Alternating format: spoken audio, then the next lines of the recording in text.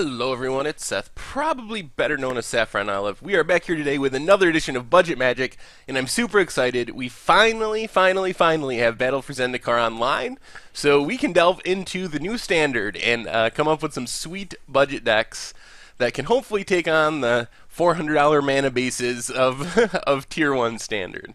Anyway, I was going to play Eldrazi Aggro this week, a deck that I posted in an article a little while ago.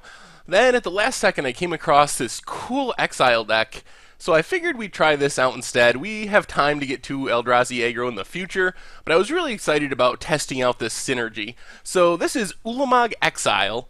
As you can see, 96 bucks in paper, 56 online. And so how this started is James Chilcott, writer for MTG Price, sent me a deck list that was built around the synergy of Silk Wrap, which is an enchantment, 2 mana, enters the battlefield, can exile a creature with converted mana cost 3 or less until Silk Wrap leaves the battlefield. So it's like a Journey to Nowhere for creatures with a low converted mana cost. And Wasteland Strangler, one of the Eldrazi processors. When it enters the battlefield, you can put a card from exile into your opponent's graveyard, and you can give a creature -3/-3 until end of turn. So it's almost like a Flametongue Kavu if you have a creature in exile. So when I realized, and I hadn't thought about this, but Silk Wrap is exiled. And one of the downsides of these kind of cards is if they get destroyed by like an enchantment removal spell, the creature that you exiled comes back. Well, with Eldrazi processors like Wasteland Strangler, you can remove this downside and you can take advantage of the processor's ability. And when Wasteland Strangler is a Flametongue Kavu, it's very strong, especially against aggro. So that's what this deck is built around. The difference is James's deck was kind of a Gideon, aggro, mid-rangey deck. I wanted to cast Ulamog. So we went hard with the Exile theme, and then hard with the Processor theme to help us get to Ulamog. So this is what we got going on. We have 4 Silk Wraps, already mentioned it.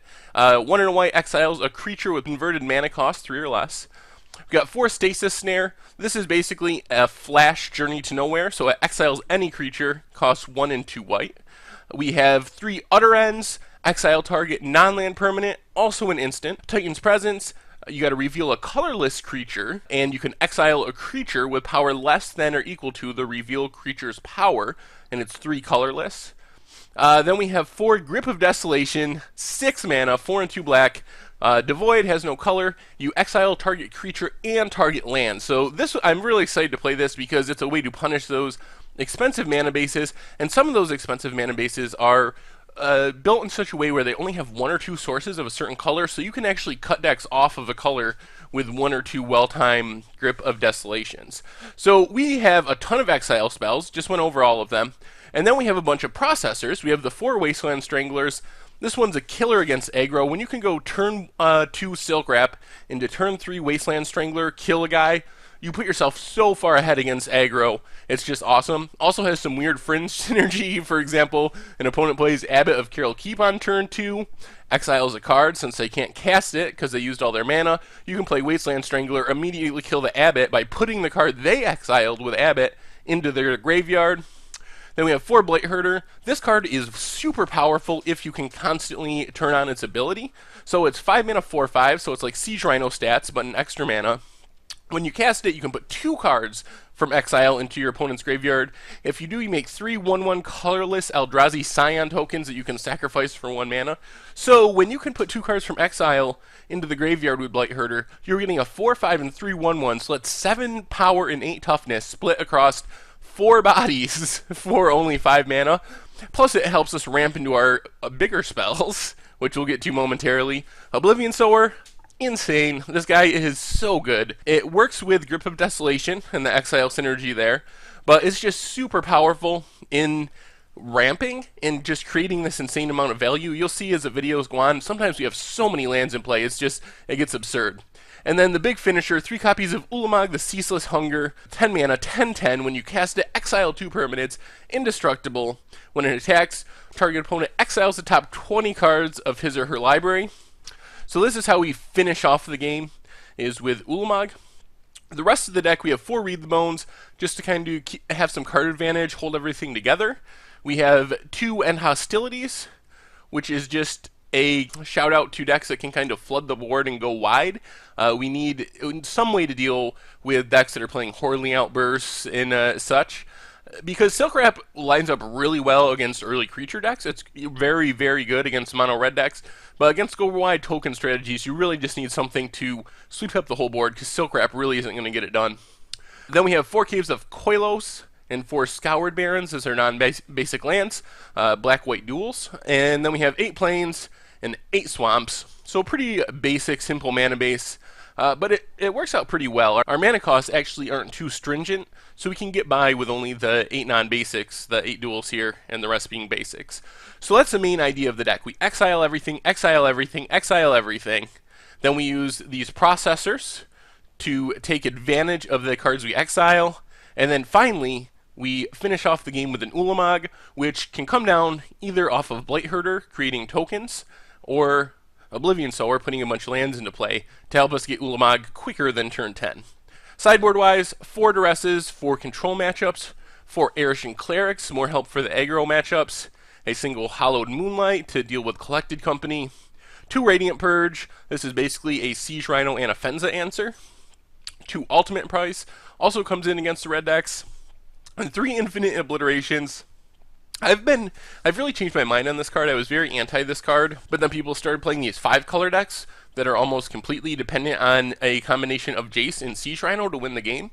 And if you can neuter their Jaces or Siege Rhinos with Infinite Obliteration, you put yourself far ahead for only 3 mana. At the same time, as I learned playing these matches, Infinite Obliteration is very good against us. Infinite Obliteration taking an Ulamog, or all of our Ulamogs, is really tough. That is so important for our deck to have this Ulamog as a finisher. If those are gone, we do a whole lot of nothing and have to win with our other creatures, which are powerful, but they are also a lot easier to kill than an Ulamog is. So the deck was fairly successful this week. We went 2-2 in the matches we filmed, and the main thing I realized is something is missing. Like, the deck is very good, and it just totally blows people out some games.